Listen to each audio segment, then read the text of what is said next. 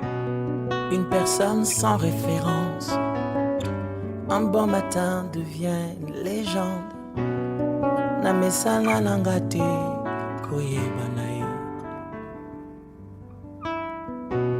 Les courtes prières en public et les résultats sont magnifiques.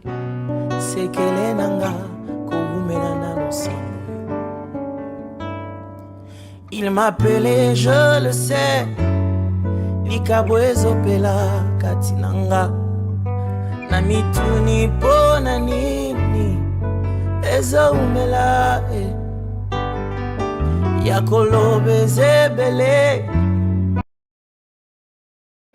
Shalom, shalom bien-aimés, shalom chers téléspectateurs. Nous sommes encore très contents d'être avec vous ensemble dans cette tranche. Merci à chaque fois pour de commentaires, de suggestions que vous nous faites parfois sur le numéro WhatsApp et la page Facebook qui sont là affichés. Par la grâce de Dieu, nous allons encore nous entretenir sur un élément très important et très capital. On peut prier. Seigneur, toi qui as créé le monde, nous te bénissons, nous te célébrons. Tu nous as placés dans ce monde pour accomplir un but, accomplir ta mission. Permets à tout un chacun de nous de comprendre l'orientation ou ton calendrier pour ce monde et qu'il prenne un positionnement normal et idéal au nom de Jésus. Amen.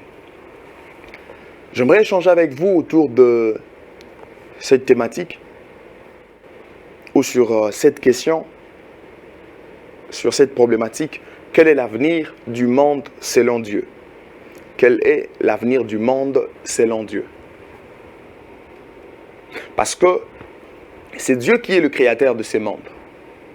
C'est Dieu qui a fait en sorte que ces mondes puissent exister. C'est Dieu.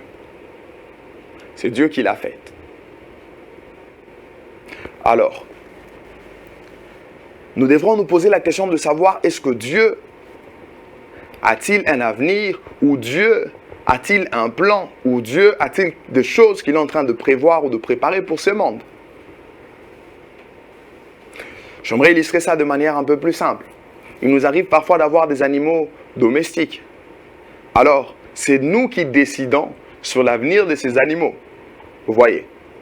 Mais le monde dans lequel nous sommes actuellement fait face à plusieurs conflits, fait face à plusieurs pressions, fait face à plusieurs choses. Entre autres, aujourd'hui, nous sommes dans un contexte de la COVID-19. Bon, parfois on utilise l'expression les là. Actuellement, c'est les Covid. Ok. Nous sommes dans ce contexte du Covid-19. Ce n'est pas facile pour le monde. On se pose des questions. Mais où est-ce que ce virus est venu pour coincer, mettre les gens dans un contexte très compliqué? Mais au-delà des Covid-19, nous faisons face à des guerres économiques. Il y a plusieurs nations qui sont dans des conflits pareils, qui sont dans des conflits sur le plan économique. Chacun cherche son intérêt, chacun cherche à tirer les choses de son côté. Mais là, ce sont les hommes qui sont en train de chercher à atteindre leurs objectifs, qui sont en train de chercher à atteindre, à accomplir ce qu'eux ils veulent. Vous voyez? C'est ainsi qu'en regardant toutes ces choses, nous nous posons la question de savoir, est-ce que Dieu a lui-même aussi quelque chose qu'il est en train de prévoir ou de préparer pour ce monde? Ça, c'est la grande question que nous nous posons. C'est la grande question que nous nous posons. Si Dieu a quelque chose qu'il est en train de préparer pour ce monde. Alors, déjà, lorsque nous lisons la parole de Dieu, nous comprenons clairement que Dieu a pour l'humanité un projet de bonheur. Dieu a un projet de bonheur. Il veut que les hommes puissent vivre ces bonheurs. Mais ne peuvent en vivre que ceux-là qui ont cru en Jésus, son Fils bien-aimé, comme leur Seigneur et Sauveur. Sans cela, on ne sait pas avoir accès au projet de bonheur que le Seigneur a prévu. Parce que c'est au moment où on croit en Jésus que nous commençons la vie passionnante pour laquelle Dieu nous a appelés. Ce message vient pour nous donner un aperçu beaucoup plus clair de ce qui attend le monde dans les temps à venir. Et savoir quel est le temps dans lesquels nous sommes, selon l'approche de Dieu. Quel est le temps dans lesquels nous sommes et qu'est-ce qui nous attend dans la suite de temps. Parce que nous sommes trop distraits sur l'actualité mondiale. Nous sommes emportés par les événements. Nous sommes emportés par ce que nous voyons physiquement. Or, au-delà de ça, il y a toute autre chose. Que la Bible nous fait voir de choses qui arriveront, de choses qui viendront certainement. Mais j'aimerais rentrer encore beaucoup plus en arrière. Du point de vue spirituel, depuis que Dieu avait créé l'homme et la femme en le plaçant dans le jardin d'Éden, depuis le moment où l'homme et la femme ont péché, ils ont été séparés de Dieu. C'est-à-dire c'est là que la mort avait commencé. Parce que la Bible nous fait voir que tous ont péché et sont privés de la gloire de Dieu. C'est-à-dire, déjà par le péché d'Adam et d'Ève, c'était toute l'humanité qui avait péché parce que toute l'humanité sort d'eux. Ils étaient séparés de Dieu et ils avaient besoin d'un sauveur. Parce qu'ils mouraient dans leur péché. Comme la Bible le fait voir que le salaire du péché, c'est la mort. L'homme était complètement séparé de Dieu. Jusqu'à ce qu'il appelait à Dieu d'envoyer le sauveur, d'envoyer Jésus. À qui nous devons tous croire en ces temps pour faire partie de son Église. C'est de là que nous venons. Nous venons d'un contexte où nous avons été séparés de Dieu jusqu'à la venue du Messie pour nous ramener en harmonie, en communion, en relation avec Dieu. Alors, selon la chronologie biblique, selon l'agenda de Dieu, selon les calendriers eschatologiques, selon les calendriers prophétiques de Dieu, qu'est-ce qui nous attend? Premièrement, nous devons savoir que nous sommes dans les temps de la grâce. Nous sommes actuellement dans les temps de la grâce, les temps de l'Église. Le temps où l'Église de Jésus-Christ est encore sur terre. Le temps où le salut est offert gratuitement. Le temps où la grâce de Dieu s'étend sur tout le monde. C'est-à-dire, ce n'est pas par tes efforts, ce n'est pas par ta force, mais Dieu te demande simplement de croire en Christ, de croire en son Fils. Et lorsque vous croyez en son Fils, c'est là que vous aviez la possibilité maintenant de faire ce que Dieu veut. C'est les temps dans lesquels nous sommes, les temps de l'Église. Mais après les temps de l'Église, qu'est-ce qui arrivera? Après les temps de l'Église, nous aurons l'enlèvement. C'est l'enlèvement de l'Église qui mettra fin à cette dispensation de la grâce. C'est les temps de l'Église, c'est l'enlèvement de l'Église qui mettra fin à cette dispensation de la grâce avec le Saint-Esprit. Lorsqu'il y aura l'enlèvement, seulement ceux-là qui avaient cru en Jésus comme leur Seigneur et Sauveur seront enlevés. Et les autres resteront sur terre. Et la vie sur terre va continuer. Parce que ça ne sera pas encore la fin. Ça ne sera pas encore la fin. Enlèvement de l'Église. Mais lorsque l'enlèvement de l'Église se fait, parce que lors de l'enlèvement, le croyant mort ressusciteront. Et le vivant aussi vont être changés, transformés. Et ils monteront ensemble dans les airs pour rencontrer le Seigneur. Après enlèvement, ce qui suit, il y a une période de 7 ans. Il y a une période de 7 ans. Et dans ces 7 ans-là, il y a des choses qui se feront dans les cieux. Il y a des choses qui se feront sur la terre. Pour ceux qui seront enlevés, là-bas, il y aura deux éléments. Il y aura d'abord le tribunal de Christ. Que ce ne sera pas un tribunal de jugement, mais plutôt un tribunal de récompense. Pour ceux-là qui ont travaillé pour lui sur cette terre des hommes. Et là, ça sera un temps où il va évaluer leurs œuvres. Et si on évalue et que l'évaluation est positive, la personne est récompensée. Mais si l'œuvre que vous aviez faite ne sait résister en passant par le feu, c'est-à-dire vous serez sauvé juste. Vous serez sauvé, mais vous n'avez pas de récompense. Donc il y aura le tribunal de Christ là dans les cieux pour le croyant. À ce qui concerne leur récompense, il y a de ceux-là qui auront de couronnes, qui auront de prix célestes pour des choses qu'ils ont fait sur cette terre. Et ensuite il y aura le festin de noces de l'agneau. Le festin de noces de l'agneau. Et l'Église prendra part à cela. L'épouse prendra part à cela. Quel moment glorieux, Église, que nous allons vivre. Quel moment glorieux. Mais sur terre, pendant cette période de 7 ans, sur terre, en fait, la période de 7 ans est scindée encore en deux. Parce que la période de 7 ans est appelée la période de la grande tribulation. Mais lorsque vous approfondissez encore les Écritures, vous voyez que cette période de 7 ans est scindée en 3 ans et demi, en deux périodes, en deux étapes. Parce que la période de 7 ans est considérée comme étant la 70e semaine de Daniel. Si le Seigneur nous fait grâce, on pourra commencer à avoir le temps où nous allons nous étendre sur l'eschatologie. C'est un domaine que nous aimons très bien. Et ça, c'est l'apanage de ceux-là qui travaillent dans l'onction prophétique. Cette période de 7 ans sera scindée en deux. Nous aurons la première partie, 3 ans et demi, qui sera considérée comme la tribulation. Et la seconde partie, 3 ans et demi aussi, qui sera considérée comme étant la grande tribulation. Et pendant cette grande tribulation, c'est là qu'il y aura l'apparition de l'Antéchrist, avec le signe des 666 qui sera obligatoire.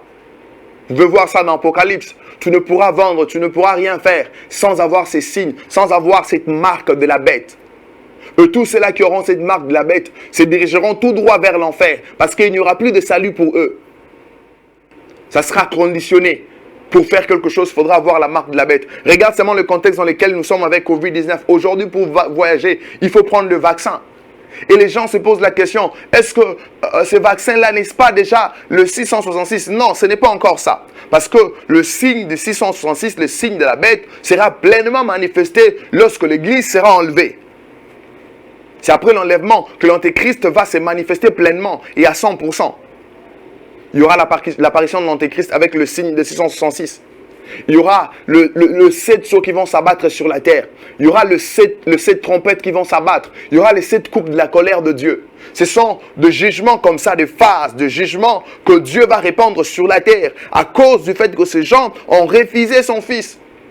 Ça sera la tribulation. Bien que malgré cette période, Dieu dans sa grâce donnera quand même la possibilité aux gens d'être sauvés. Mais ces gens passeront par une très grande tribulation. Il y a de ceux-là qui vont mourir de martyrs. Il y a de ceux-là qui vont souffrir à outrance. Ça sera compliqué. Ça ne sera pas facile à supporter. Ça ne sera pas facile. Mais pendant cette période de la grande tribulation, le Saint-Esprit nous rappeler d'habitation permanente sur la terre, c'est-à-dire aujourd'hui dans les temps de l'Église dans lesquels nous sommes, la Bible déclare que nos corps sont les temples du Saint-Esprit. Le Saint-Esprit habite en nous. Nous sommes devenus le tabernacle de l'Esprit de Dieu. Il habite en nous. Il tabernacle au milieu de nous. Mais lors de la grande tribulation, ça ne sera plus le cas. Ça ne sera pas facile. Ça ne sera pas facile. Mais ça ne veut pas aussi dire que le Saint-Esprit ne sera pas sur terre. Non, le Saint-Esprit sera sur terre, mais il n'aura pas d'habitation corporelle, comme c'est le cas aujourd'hui. Parce qu'il y a des gens qui seront sauvés, et ceux-là qui seront sauvés en cette période-là, ça sera par l'œuvre du Saint-Esprit. Parce que sans le Saint-Esprit, personne ne peut croire, personne ne peut accepter Dieu. Personne, personne et personne. Juste après cette période de 7 ans de la grande tribulation, il y a le retour de Christ. Le second retour de Christ, ce qu'on appelle réellement le second retour de Christ. Christ reviendra. Il ne reviendra pas dans les airs comme pour l'enlèvement et le croyant monte. Non, cette fois-là, ça sera Christ qui revient maintenant avec tout le croyant. Avec l'Église, Christ va revenir, il va redescendre sur la terre. La Bible déclare dans Zacharie qu'il posera ses pieds sur le mont des Oliviers. Et il y aura des phénomènes terribles sur le plan géologique. Christ reviendra. Et lorsqu'il va revenir, Apocalypse chapitre 20, versets 1 à 6, c'est là que vous comprendrez qu'il reviendra pour instaurer son royaume, instaurer le millénium sur terre, une autre ère, une autre saison qui s'ouvre, une période de 1000 ans. Ce sera une nouvelle dispensation qui va s'ouvrir sur cette terre. Et Christ sera le roi du monde entier. Et le croyant, l'Église va devoir régner avec lui. L'Église va devoir régner avec Christ. L'Église va régner avec Christ. Et ça sera aussi un temps où ceux-là qui étaient morts, ceux-là qui se sont convertis pendant la grande tribulation, le martyr de la tribulation, Apocalypse chapitre 7, ceux-là aussi entreront dans la gloire.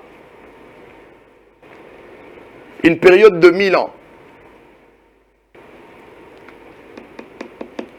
pendant laquelle l'Église sera en train de régner avec son Seigneur Jésus sur ces terres. Christ sera le président du monde entier. Christ sera le président de l'univers. Il passera sa capitale en Jérusalem. Tout ce que je suis en train de vous dire ici sont des choses qui sont écrites dans la Bible. Noir sur blanc.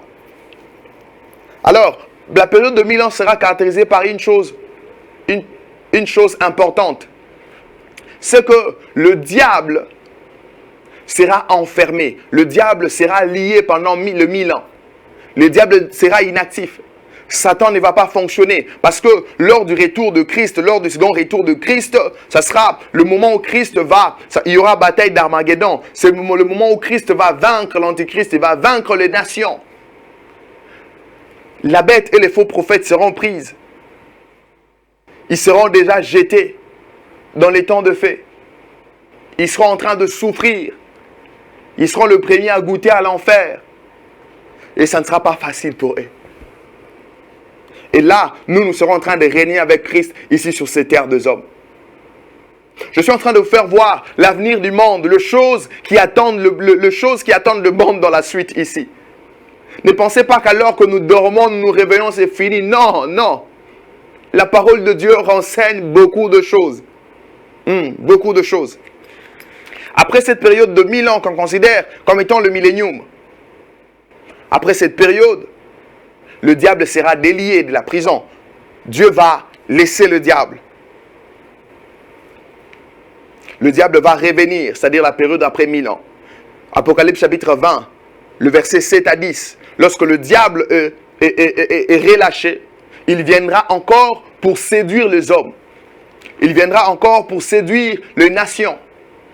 Ce qui fait mal, c'est que malgré qu'il sortait de la prison, en sortant la première des choses à faire, il va aller séduire. Diable. Il va séduire encore. Et ce qui est pire, c'est que les hommes de la terre, il y a de ceux-là qui vont se ranger sous sa direction. Il y a des hommes qui se laisseront séduire. Le diable va encore emporter les gens. Ce sera une dernière révolte. Car juste après cette révolte-là, c'est en ces moments qu'il y aura maintenant la finition. Après cette révolte, lorsque vous lisez Apocalypse chapitre 20, le verset 11 à 15, vous comprenez clairement qu'il y aura maintenant les jugements derniers au trône blanc. Parce que tous nous passerons au jugement. Tous ceux-là qui n'ont pas cru en Jésus passeront à ces jugements. Ceux qui ont cru en Jésus, qui font partie de l'Église, seront exemptés de ces jugements au trône blanc. Parce que lorsque vous allez vers ces jugements au trône blanc, ce n'est pas pour que vous soyez acquittés, mais c'est plutôt pour que vous soyez condamnés éternellement. La Bible déclare dans le livre des Hébreux que comme il est réservé à chaque homme de mourir, et après quoi vient le jugement. C'est-à-dire le jugement nous attendra. Et les derniers des jugements, c'est le jugement au trône blanc. Pour ceux-là qui n'ont pas cru en Jésus. Pour ceux-là qui ont foulé à piller le sang du Fils de Dieu. Le sang du Fils unique de Dieu. Le jugement dernier. Juste après ce jugement dernier, nous resterons avec deux endroits. Nous aurons la nouvelle Jérusalem. Pour ceux-là qui avaient cru en Jésus, pour ceux-là qui ont suivi Dieu, ils auront part à la nouvelle Jérusalem. C'est là qu'ils vont résider éternellement. Et ceux qui n'ont pas cru en Jésus, l'enfer sera leur partage, les temps de fait. Alors je vais clôturer en vous disant ceci. La véritable vie n'est qu'en Jésus et en Jésus seul. La véritable vie n'est qu'en Jésus et en Jésus seul. C'est lui le bon berger. C'est lui la vie, la vérité et le chemin qui mène vers le Père. Deuxièmement, je vous dis ceci, le choix que tu fais aujourd'hui conditionne ton éternité. Le choix que tu fais aujourd'hui conditionne ton éternité. Alors, que faire? C'est maintenant le moment de choisir Jésus. C'est maintenant le moment d'accepter Christ dans votre vie, de faire une marche avec lui, de vous laisser conduire par lui et il comblera votre vie de joie et de grâce. Si vous avez Christ, vous échapperez au jugement et le salut de Dieu sera votre partage. Voici l'avenir du monde. Alors, nous qui avons suivi ces messages, à nous de prendre des décisions. Il a plu à Dieu de nous apporter cette lumière pour que nous prenions des décisions qu'il faut pour aider nos vies. Que Dieu vous bénisse énormément. Que la grâce du Seigneur se multiplie dans votre vie au nom de Jésus-Christ.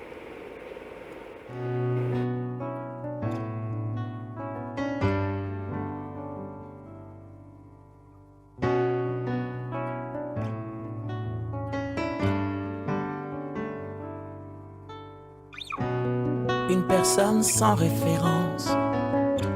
Un bon matin devient une légende. Namesana nangate koyebanae. Les courtes prières en public et les résultats sont magnifiques. C'est que les nanga koumelana l'ensemble. Il m'appelait, je le sais, Likabwezo pela katinanga. Namituni pona nini Ezo umela Yakolobe zebele